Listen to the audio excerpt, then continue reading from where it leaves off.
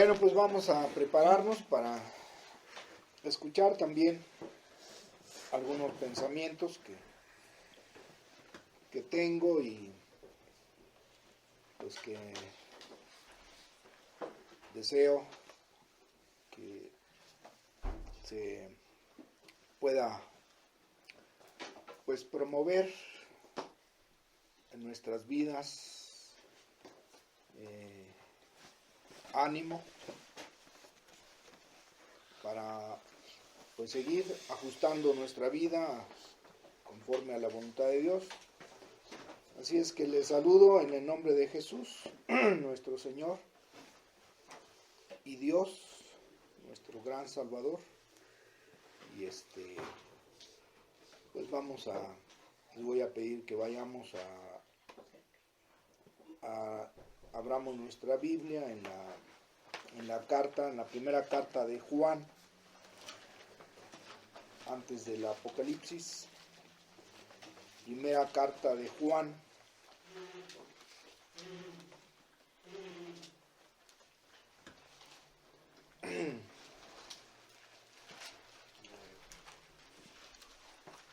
¿sí? Muy bien, pues entonces, antes de comenzar a leer o dar algunos pensamientos, voy a pedirles que me acompañen en una breve oración. Padre nuestro, gracias Señor por permitirnos en tu bondad y en tu misericordia, pues estar en pie y después de haber atravesado tal vez en la semana prueba, lucha, tentación, y pues todas las situaciones o circunstancias que has permitido en nuestra vida, de la cual en algunas salimos aprobados, en otras pues tal vez hubo debilidad, falta. Te pedimos que nos limpies y que esta palabra que sea expuesta hable a nuestros corazones conforme a tu Espíritu. En el nombre de Jesús. Amén.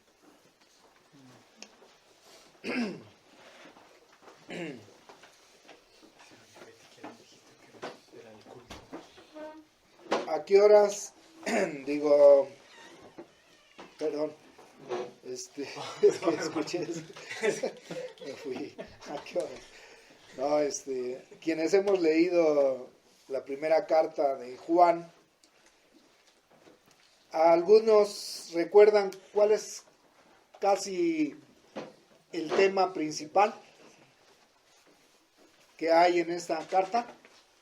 ¿Sí tienen alguna idea o recuerdan algo? ¿Verdad? Comienza hablando acerca de que pues Dios nos limpia de todo pecado, ¿verdad? Quien confesare,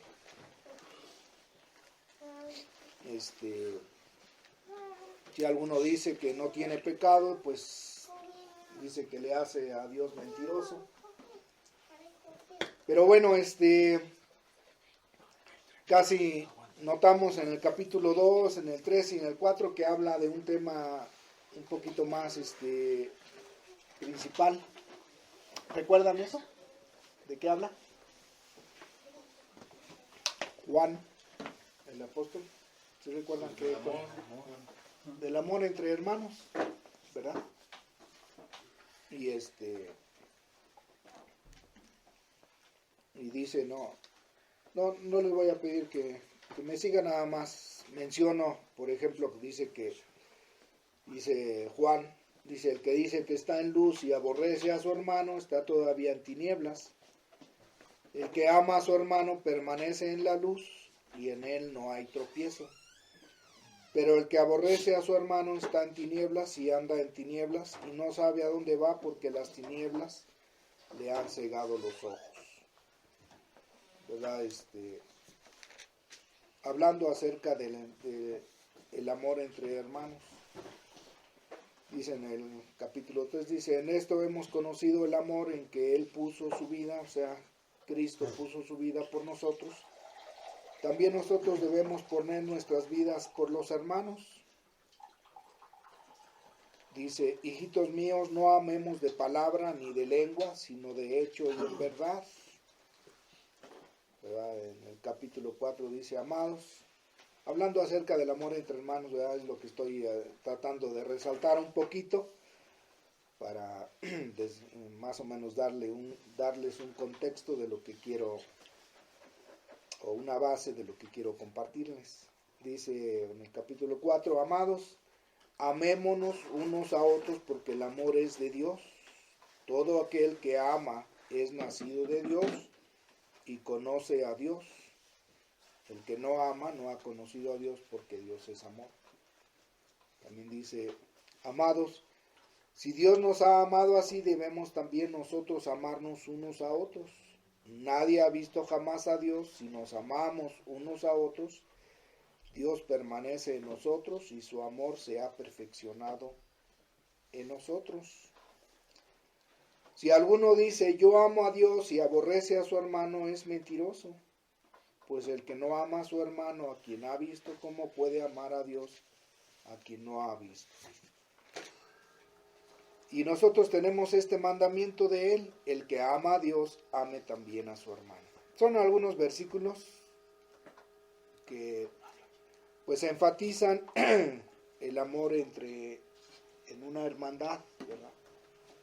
Como que tenía esa preocupación Juan de que si no hay ese amor en una hermandad, pues va a haber confusión, va a haber perturbación, va a haber apariencia, va a haber hipocresía, ¿verdad? No va a haber bendición porque, pues, para decir que realmente amamos a Dios, pues se debe demostrar aquí entre los que nos vemos, nos tratamos, debe de haber ese amor, debe de manifestarse ese amor sincero, ¿verdad? No de lengua, no de palabra, dice, sino de hechos. Y bueno, leyendo la carta siempre tenía yo cuando termina la carta, ¿verdad? En el capítulo 5, ahí sí quiero que nada más vayamos y veamos ese versículo, pero termina diciendo el apóstol Juan en el verso 21, que es el último versículo de esta primera carta, dice, hijitos, guárdense de los ídolos. Amén. Y yo decía, pues bueno, ¿por qué termina así como abruptamente? Guárdense de los ídolos. Y ustedes notan en la carta, viene hablando de idolatría, de algo,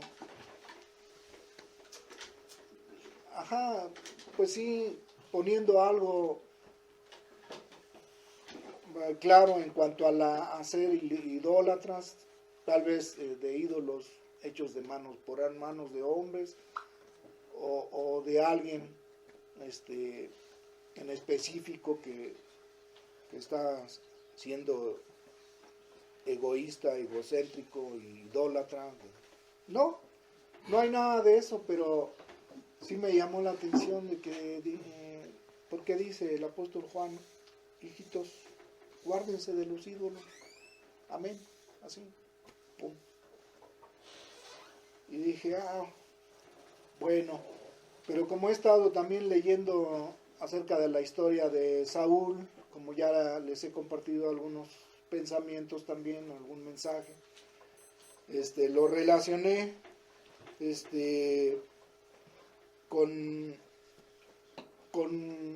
pues sí, con su vida, ¿verdad? Lamentablemente tenemos que tomar ejemplo de Saúl, ¿verdad? Y ahí quiero que vayamos pues a la primera carta de Samuel, al primer libro de Samuel, capítulo 15, para tratar de extraer un ejemplo, una enseñanza de su vida, ¿verdad? ¿de quién? De Saúl, ¿verdad? Saúl es pues nuestro ejemplo a tomar, pero no para imitarlo, sino para evitar, ¿verdad?, que se vaya a manifestar ese espíritu que él tuvo, ¿verdad?, de este tema que quiero hablar acerca de la idolatría, de la que nos termina hablando Juan, acerca de que nos guardemos de la idolatría, de los ídolos. Y bueno, me pareció bien tomar como ejemplo de la vida de Saúl, ¿verdad? Tristemente pues lo tenemos que tomar de ahí porque vemos cómo se manifiesta esa idolatría en su vida, y espero que alguno de nosotros no vayamos a ser un ejemplo como lo es Saúl, de no seguir ese ejemplo, ¿verdad? Pero me llamó la atención que en la reprensión que le da Samuel a Saúl, en el capítulo 15, verso 22, de Primera de Samuel, dice: y Samuel le dijo, se complace el Señor tanto en los holocaustos y víctimas como en que se obedezca a las palabras del Señor. Ciertamente el obedecer es mejor que los sacrificios y el prestar atención que la grosura de los carneros. Pongan atención a este verso, dice: porque como pecado de adivinación es la rebelión, y como ídolos e idolatría la obstinación. Por cuanto tú desechaste la palabra del Señor, Él también te ha desechado para que no seas rey. Vean cómo relaciona la idolatría, ídolos o idolatría, con la obstinación, ¿verdad? La obstinación me llamó la atención. Bueno, a veces escuchamos palabras así, pero como que no tenemos un poquito más de contexto, qué significan, ¿verdad? Y bueno, me tomé la atención de investigar qué significa obstinación. Tal vez algunos hermanos la tienen clara, pero bueno, la quiero recalcar un poquito. Dice que la obstinación es mantenerse firme en una idea, ¿verdad?, en una intención u opinión. Y dice que la obstinación es que generalmente es poco acertada. Dice que la obstinación es también no tener o tomar en cuenta otra posibilidad. O sea, como que cerrarse y decir, es que así es, ¿verdad? No dejar otra posibilidad o otro pensamiento de que cambies tu actitud, ¿verdad?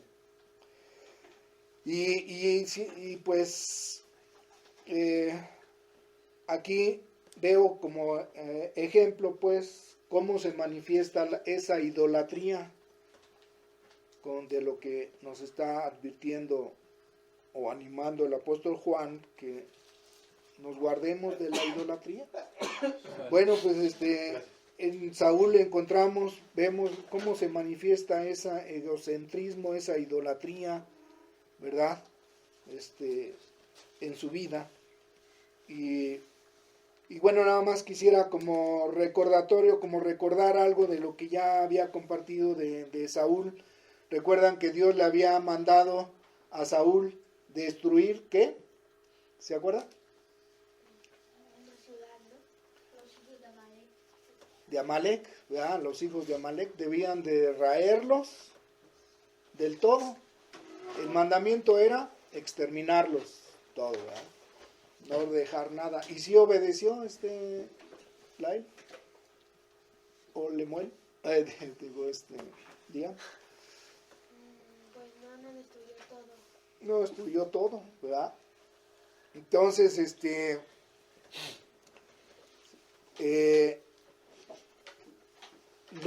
no obedeció completamente el mandamiento, ¿verdad? Pero, ¿qué actitud vemos en Saúl? Sí reconoce eso y dice,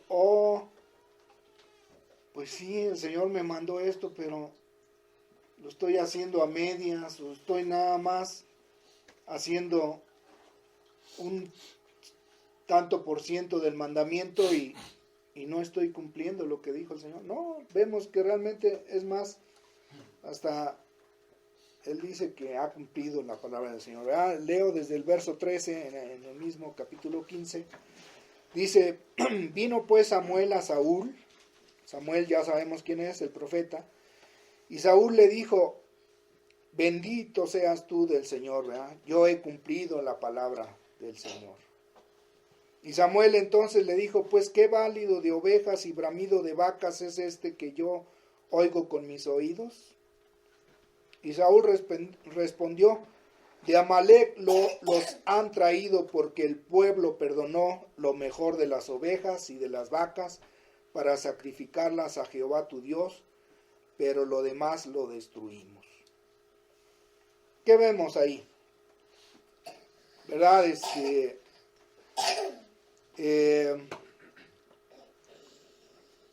Echando la bolita a otros, ¿verdad? ¿A quién le echan la bolita? Al pueblo. Dice, es que el pueblo perdonó lo mejor de las ovejas y de las vacas para sacrificarlas al Señor tu Dios.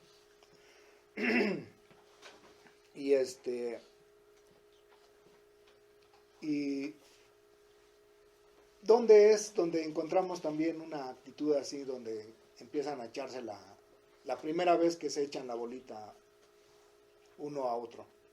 ¿Sí recuerdan? Adán y Eva, ¿verdad? ¿Qué le dice Adán al Señor?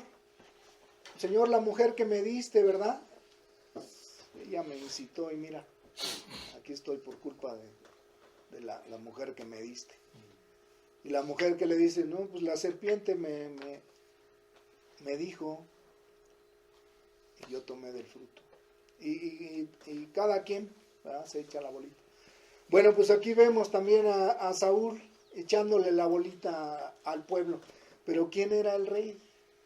Él tenía la autoridad, ¿verdad?, la responsabilidad de que se llevara a cabo el mandamiento y no escuchar buenas sugerencias, ¿verdad? A veces vamos a escuchar buenas sugerencias por fuera que nos dicen, no, mira, hazle así. Pero llevándonos a desobedecer o a obedecer el mandamiento, pero a medias, o 80, 90%. ¿verdad?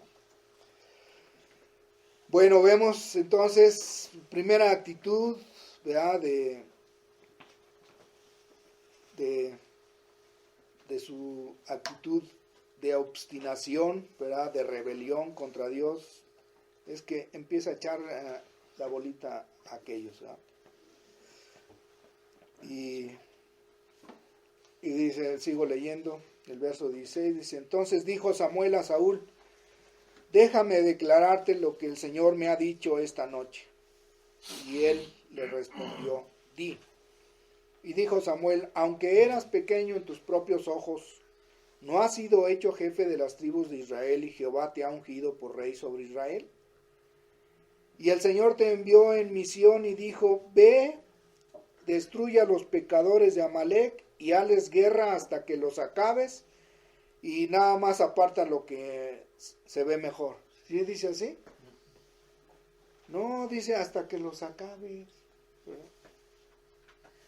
Y sigue la reprensión de Samuel, dice el verso 19, ¿por qué pues no has oído la voz del Señor, sino que vuelto al botín has hecho lo malo ante los ojos del Señor?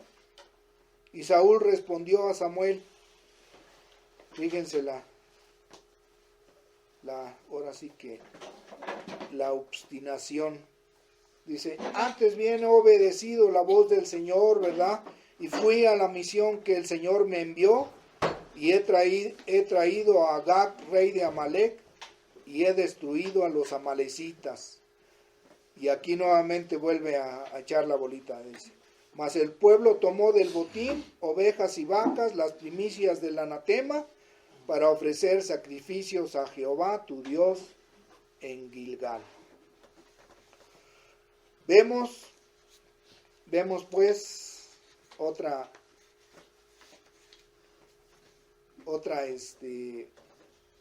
pues, la actitud, ¿verdad? Seguimos en esa actitud de que echa la bolita al pueblo, ¿verdad? Y a veces así nos puede pasar, hermanos. Yo quiero que tomemos ejemplo, ¿verdad? Para que no nos vaya a suceder igual, porque es muy fácil empezar a echarle la bolita y decir, no, pues es que mi esposo, ¿verdad? Que mi esposa, o que los hermanos o las hermanas, ¿verdad? Es que lo que pasa que mi familia o que los vecinos, ¿verdad? Para tratar de justificarnos que no hemos estado haciendo lo correcto, porque pues tenemos justificación y empezamos a echarle la bolita a otros. Tengamos cuidado, ¿verdad? Nosotros, cada uno de nosotros tenemos la responsabilidad, ¿verdad?, de cumplir lo que el Señor nos ha encargado y nos ha mandado, ¿verdad? Y vemos otra actitud, ¿verdad?, en Saúl, como atribuyéndose acciones piadosas y santas, ¿verdad? Diciéndole, el verso 21 dice, mas el pueblo tomó del botín ovejas y vacas, las primicias del anatema, para ofrecer sacrificios al Señor, ¿verdad?, tu Dios, en Gilgal. O sea, en otras palabras, es como decirle, bueno, estoy desobedeciendo, pero es para agradar al Señor. O sea, imagínense, o sea, cuando ya empezamos a tener nuestra propia opinión y decir, bueno, es que esto lo estoy haciendo, pero lo estoy haciendo para agradar al Señor, aunque tal vez no es al 100%, ¿verdad? Pero eso nos hace entrar en una actitud de rebelión, ¿verdad?, de obstinación, de idolatría. ¿Y qué es idolatría, verdad? Bueno, se me olvidó decirlo, pero ¿qué es la idolatría? Es cualquier otra cosa que nosotros ponemos, ¿verdad? Ahora sí que poniendo a nosotros mismos o otra cosa que el lugar que le corresponde a Dios, ¿verdad? Él es el único que debe de estar en el trono de nuestro corazón, que Él es el Señor, ¿verdad? Pero cuando nosotros nos ponemos ahí, ¿verdad?, nos cuidamos a nosotros mismos, o estamos tratando de tener motivaciones piadosas y santas, como que pues va bien, hay una buena intención. Bueno, les quiero decir que no, lo que le importa al Señor no es la buena intención, sino la obediencia completa a sus mandamientos, ¿verdad? Como ya lo he compartido en otro momento. Entonces, vemos que Saúl, ¿verdad?, se atribuye esas motivaciones piadosas para sacrificar, dice, al Señor tu Dios, torciendo el mandamiento de Dios, ¿verdad? Entonces, vemos también que otra actitud que tiene es que esa actitud de obstinación y de rebelión, de idolatría, ¿verdad?, hace que no tenga un arrepentimiento pues sincero, ¿verdad? Resiste hubiéramos querido, todos, yo creo que cuando vemos esta historia no se han imaginado de que tuvieran la actitud de decir, oh, pues sí, se viera, ahora sí que, ¿cómo se dice?, se viera postrado delante del profeta y decir, he pecado, ¿verdad?, como lo hizo David. Pero no, sí lo vemos que se arrepiente más adelantito, pero como pidiendo, ¿verdad?, sí he pecado, pero ve conmigo y hónrame delante de los líderes del pueblo, de los ancianos, para que, cuidando su personalidad. Eso no es un arrepentimiento sincero, ¿verdad? Pero vemos aquí que en lugar de que se arrepienta, dice en el verso 20, dice, y Saúl respondió a Samuel, antes bien he obedecido a la voz de Jehová, ¿verdad?, y fui a la misión que el Señor me envió. Una actitud de soberbia, obstinada, rebelde, idólatra, ¿verdad? Importándole poniéndose como más sabio de lo que el mismo profeta le estaba diciendo. Y esto nos puede suceder, amados, ¿verdad? Esto puede ser muy sigiloso, que entre en nuestra vida y que empecemos a tener pensamientos que estamos haciendo bien, y tal vez hasta decir, pues un 90%, me estoy esforzando, pero no, al Señor no le importa el 90%, le importa ese 10% que no estás obedeciendo, ¿verdad?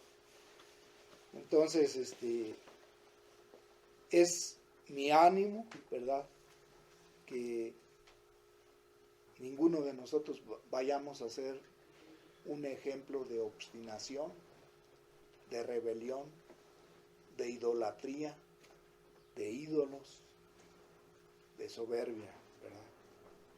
Que nos guardemos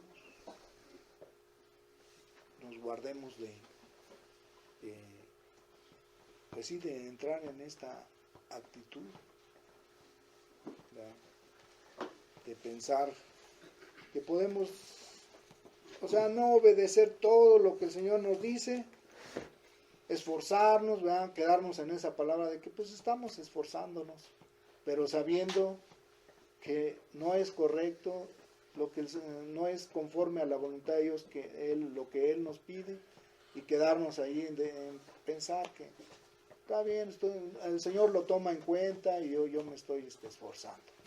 No, si lo sabemos, ¿verdad? Yo mismo quiero decirles, amados, que yo mismo, pues, antes de estar pensando en estos pensamientos, pues yo quiero atribuirme esto, ¿verdad? Porque a veces es muy fácil quedarse en que pues estamos esforzándonos, y Dios sabe y conoce mi corazón, ¿verdad?, que le quiero agradar, pero ya hay cosas que ya quedaron claras, que sabemos que no debemos, como dice en Romanos, hermano, que dice que no debemos, para la carne, no debemos proveer para los deseos de la carne, pero como que nos damos ese permisito, ¿ah? Y sabemos que nos va a poner en tentación y en peligro, pero nos damos ese permisito, y de pronto sabemos que eso es peligroso y nos puede jalar, pero ahí estamos proveyendo un poquito para los deseos de la carne. Como que nos creemos tan fuertes a veces que decimos, pues, no, ya eso lo puedo controlar, ¿no? O sea, sí, espero que esto pues pueda ayudarnos, animarnos, y ver este ejemplo como para guardarnos de los ídolos, de la idolatría. ¿Sí, amados? Bueno, Dios les bendiga y Dios bendiga su palabra, y espero que ayude un poco para nuestra vida. Si hay algún comentario, está bien. Y si no, pues les voy a pedir que después, para que entonemos el canto, un canto que había yo visto, el número 19, que cantemos